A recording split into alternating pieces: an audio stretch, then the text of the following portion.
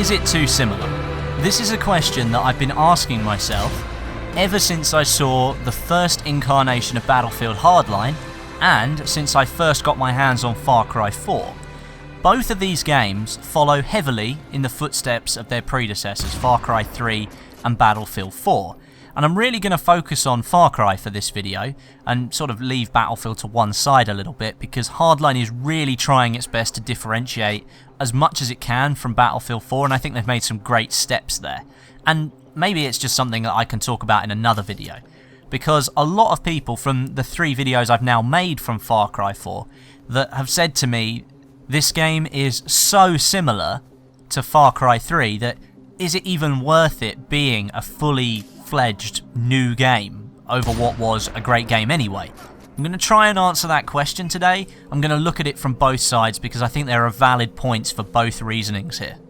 Okay, so first of all, let's look at some of the points that say that Far Cry 4 is too similar to the previous game. So first of all, a lot of people have said that the animations, the weapons, the overall graphics and look of the game are very similar to its predecessor. I have to say that I agree with you here.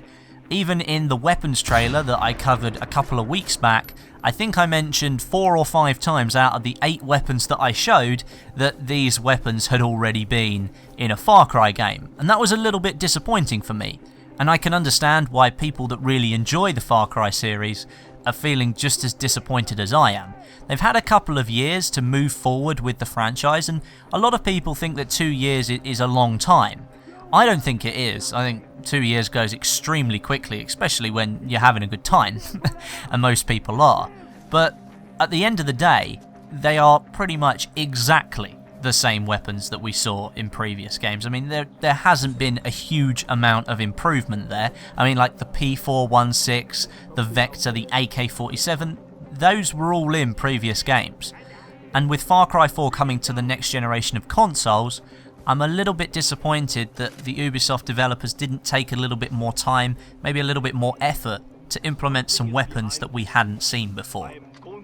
I mentioned the animations, and again, it kind of feels like they're reusing assets that have already been used in a previous game, and that's really disappointing for me. The game is coming out on next generation of consoles, and I do understand that it can take extra development time at the moment to develop for these systems because they are quite new. It's not something that they've developed for before, and overall it's just going to take a little bit more time to get the thing ready for what they actually want to put out. So I can understand why they're wanting to reuse assets to save a little bit of time, to make sure people are still interested in a game franchise when the next one comes out. But I think a game like Far Cry, which heavily involves itself in single player and co-op, that more time and effort could have been put in. Far Cry 3 was a massive success for Ubisoft, and I would argue the best game in the franchise. It had so much going for it, and the reviews for the games in general, everybody was really happy with it. And I can't wait for Far Cry 4. I would have waited another 3 or 4 years for Far Cry 4, and I think a lot of people would have done the same thing.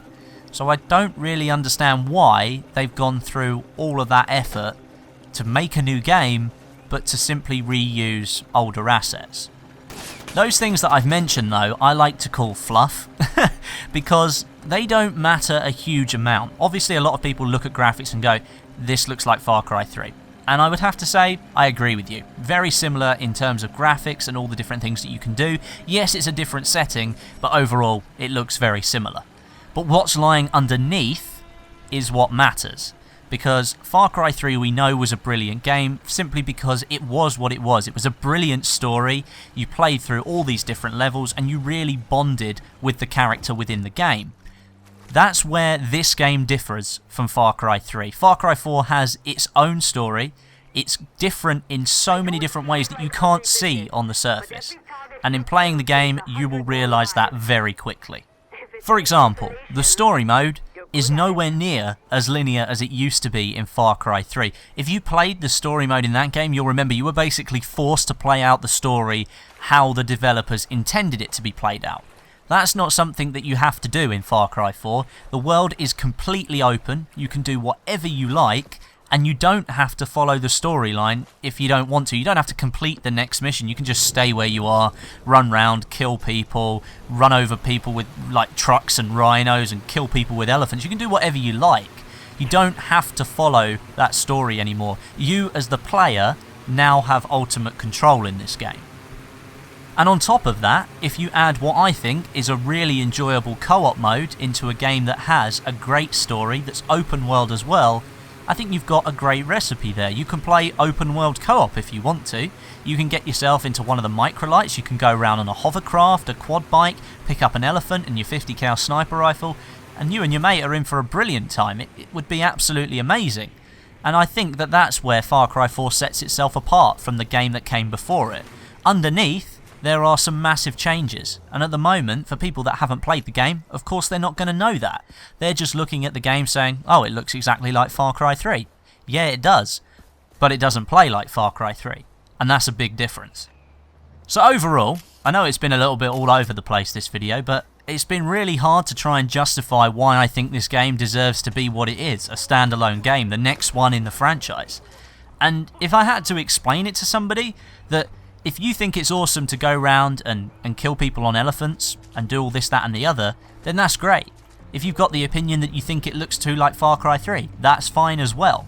But I'd still encourage you to pick up this game, because who doesn't want to go round in microlights firing grenade launchers at people, stick an MG42 on the top of an elephant's head and run round a massive base? I don't know, there are so many different possibilities in this game, and the fact that it's open world makes it so interesting that just because it looks like its predecessor, does that really matter? I don't really think it does. But anyway, thanks very much for watching.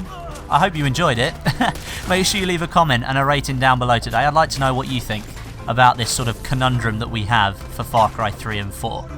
But as I say, thanks very much for watching, and I'll catch you guys in the next video.